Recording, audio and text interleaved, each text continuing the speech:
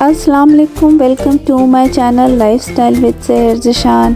जी रमज़ान आ गया है और रोज़े रखने की वजह से जो है मेरी थोड़ी सी व्लॉग के अंदर डिले आ गया है, लेकिन बहरहाल कोई बात नहीं। आपको साथ साथ रोज़े, घर, सारी जिम्मेदारियाँ भी देखनी है। सबसे पहले मेरे फॉलोअर्स को रमज़ान बहुत बहुत मुबारक हो। अल्लाह पाक आप सबको सेहत दिन की तंदुरुस्ती के साथ रखें, आपकी सारी मुरादें पूरी करें, मुश्किल परेशानियां दूर करें और आपकी इबादत को कबूल करें। आमीन सुम आमीन। अब जी आज मैं आपको जो है बताने लगी थी कि मैंने घर के अंदर छोटे छोटे से काम किए हैं और वो रमज़ान की प्रिपरेशन है फॉर अ वीक।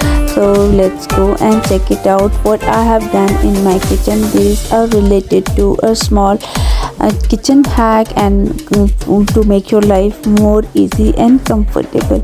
चलें जी आपको लेके चलते हैं किचन की तरफ। इस रेसिपी में मैंने ग्राइंडर यूज़ किया था इसको प्रॉपरली पीसने के लिए। मूंग की दाल के ये बड़े जो हैं बना के इसको फ्राई करके रख लिया था। इसके अंदर कुछ भी नहीं करना था, बिल्कुल सिंपल सी रेसिपी थी। 1 कप मूंग की दाल ली, उसके बाद मैंने इसको भिगो दिया 2-3 घंटे के लिए। इसमें सिर्फ नमक, मिर्चें और ज़ीरा डाला और उसके अंदर थोड़ा सा बेकिंग पाउडर डालते साथ ही मैंने उसको फ्राई करना शुरू कर दिया। तो जी एक छोटे से चम्मच से आप लेके डालेंगे तो बड़े फूल के बड़े मज़े के ये मूँग की दाल के बड़े आपके तैयार हो जाएंगे।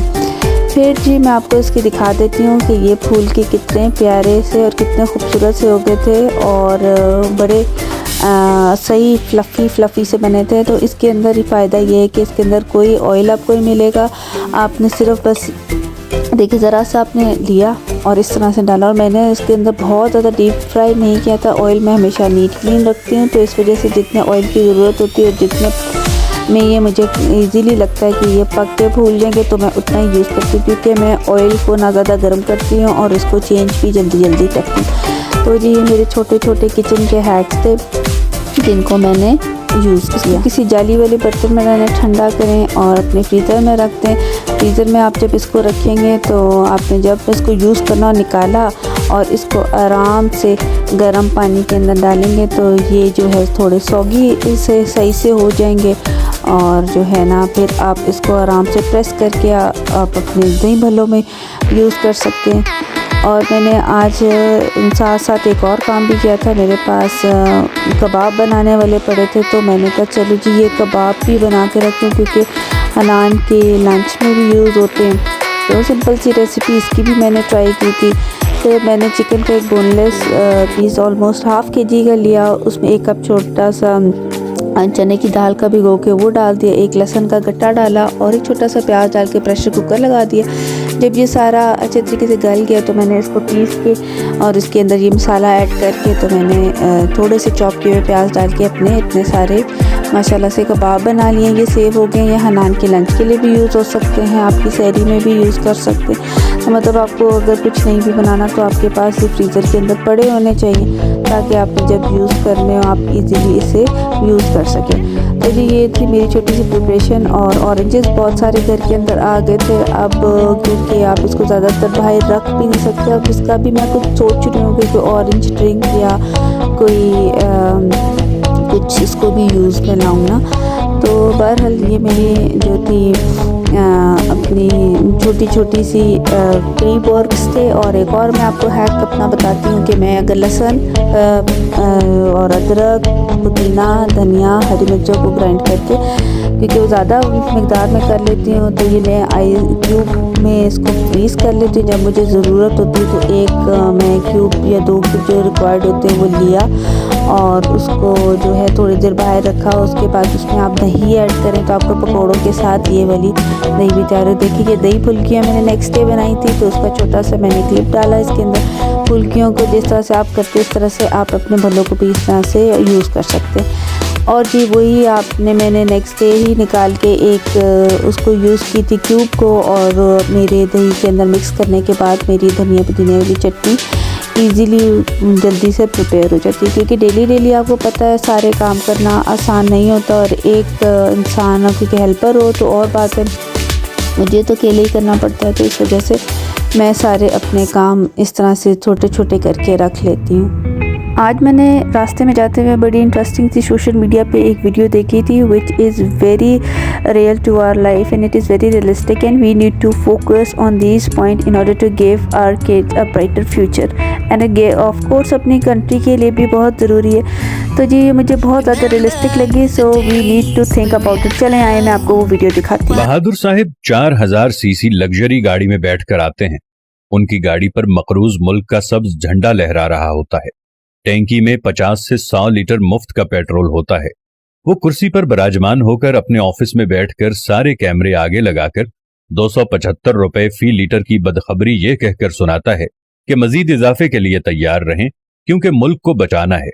ये कहकर लशपश गाड़ी में हाथ हिलाता हुआ निकल जाता है क्योंकि इस ऐलान से उसे खुद रत्ती बराबर फर्क नहीं पड़ता। कौम के दर्द में मरने वालों के बयानात का निचोड़ ये है कि मुल्क बचाना है तो फिर महंगाई बर्दाश्त करना होगी। जी बेहतर, मुल्क ही तो बचाना है। क्या आप इसमें हिस्सा डालेंगे? जी, आप जिनको सिर्फ 300 लीटर पेट्रोल की मद में हजारों लाखों रुपए कौमी खजाने से मिलते हैं और ये पेट्रोल 19वें ग्रेड के हर अफसर से लेकर बड़ी कार और बड़ी तौंद वाले हर मुस्तहिक मेंबर पार्लियामेंट को मिलता है। इसी 90 अरब माहाना सिर्फ मुराद पर खा जाने वाले मगरमच्छ सिर्फ 1 साल के लिए क्या मुल्क बचाने में हिस्सा डाल सकते हैं? क्या अपने पैसों से हर चीज खरीद सकते हैं? नहीं, मुश्किल हो जाएगी ना।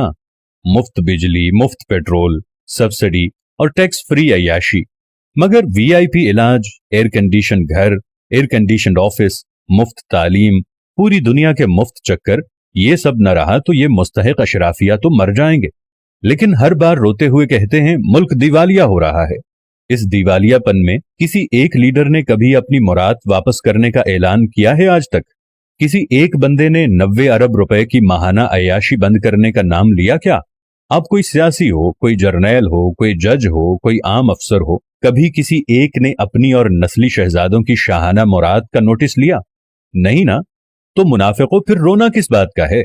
मुल्क के वसीतर मफाद में हमने ही सिसकना, रोना और तड़पना है, तो आपका इस वतन और तकलीफ से क्या ताल्लुक? हम मुल्क बचाने के लिए फाका करने को तैयार हैं। हमसे मुराद अवाम है, लेकिन इस बार अवाम चाहते हैं कि ये अशराफिया भी हिस्सा डाले।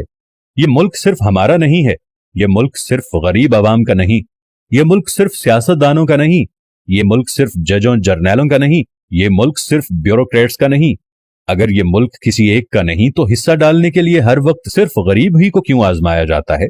अगर कोलंबो जैसे हालात पैदा हो गए हैं ना, और एक एक अय्याश को गिरेबान से पकड़कर कौम चौक में ले आए, तो कौम को इल्जाम मत देना। भूख, मुफलिसी, खाली जेब और खाली पेट इतनी बुरी चीज है कि ऐवान हिला देती है। अवाम आपसे कहते हैं कि गरीब के पास खाने के लिए खत्म हो रहा है। तुम लोगों ने आज भी उनका साथ नहीं दिया तो फिर कल मत कहना कि बहुत देर हो चुकी है। आए बिला तफरीक हम सब मिलकर जाती वाबस्तगी से हटकर मुल्क को बचाते हैं। किसी भी जमात से हटकर हम एक दूसरे के लिए सोचना शुरू करते हैं और मुल्क के बारे में सोचते हैं। मुराद में इस्लाहात से पहले वोट मत दें। सोशल मीडिया हो या मुल्क की गलियां, यहां हर जगह एक जबान हो जाएं, एक आवाज बन जाएं, वरना ये मगरमच्छ तुम्हारी खुशियां और इस मुल्क को खा जाएंगे। आज अगर इलेक्शन होने का टाइम ऐसे नहीं आ रहा तो पूरे मुल्क के अवाम एक जबान होकर इस चीज पर मुत्तफिक हो जाएं कि तमाम अशराफिया का हर किस्म की अय्याशी, मुफ्त पेट्रोल, मुफ्त बिजली, हर चीज दुनिया के दौरे खत्म कर दिया जाए और सादा तरीके से तनख्वाह पर गुजारा किया जाए। तब जाकर हम एक कौम बनेंगे। एक तरफ अशराफिया का ये निजाम और दूसरी तरफ गुरबा का ये निजाम कि इसके पास सुबह का खाना है तो शाम का नहीं है। प्यारे दोस्तों, हम सबको मिलकर एक मुहिम चलाना होगी। इस मुहिम में हम सबको, बाकी सबको अपने तई जगाने की कोशिश करना होगी। ये पाकिस्तान है तो हम हैं। आज पाकिस्तान को डूबता हम सारे देख रहे हैं। क्या ख्याल है कि अगर आज किसी और पर गुर्बत आई है तो कल तुम पर नहीं आएगी? पाकिस्तान का पैसा डिवैल्यू होता जा रहा है। कहां 120 रुपए डॉलर से 300 रुपए डॉलर तक पहुंच रहा है। हम कहां पर खड़े हैं? खुदा का नाम लेकर अपनी अपनी जात को छोड़कर सिर्फ पाकिस्तानी बनकर सोच लो। पहले पाकिस्तानी बनो, बाद में अपने लिए सोचना। अगर तुम अपने लिए आज खुद नहीं सोचोगे तो याद रखना तुम्हें दुनिया में कोई भी पसंद नहीं करेगा, क्योंकि आज हम अपना इमेज बहुत तेजी से खो रहे हैं। लाइफ इज़ वेरी डिफिकल्ट और we need to think about these issues. लेकिन चलें, make some rest, give some your brain some sort of different activities. This is one of my favorite time which I used to spend with छोटे छोटे बच्चे, और मुझे इतना मज़ा आता है इनके साथ, क्योंकि इनकी हंसी, इनकी मुस्कुराहट आपको बहुत सारी चीज़ें भूलने पे मजबूर कर देती हैं, और आपको इनके साथ खेलने, इनके साथ बातें करने से बड़ा ही मज़ा आता है। चलें जी, आपका मेरा साथ आज यहीं तक का था, और मैं रेडी हो गई थी सिंपल से मेकअप के साथ, और मुझे दें इजाज़त। अपनी दुआओं में याद रखें, मेरे चैनल को लाइक, सब्सक्राइब और शेयर ज़रूर करें। Now I am ready and this is my final look. You can see it was very simple and quick makeup, and I have used BB cream. So you can also use and you can also apply this sort of makeup. और आपको अच्छा लगा होगा। मुझे इजाज़त होगी जी, take care, अल्लाह हाफिज़।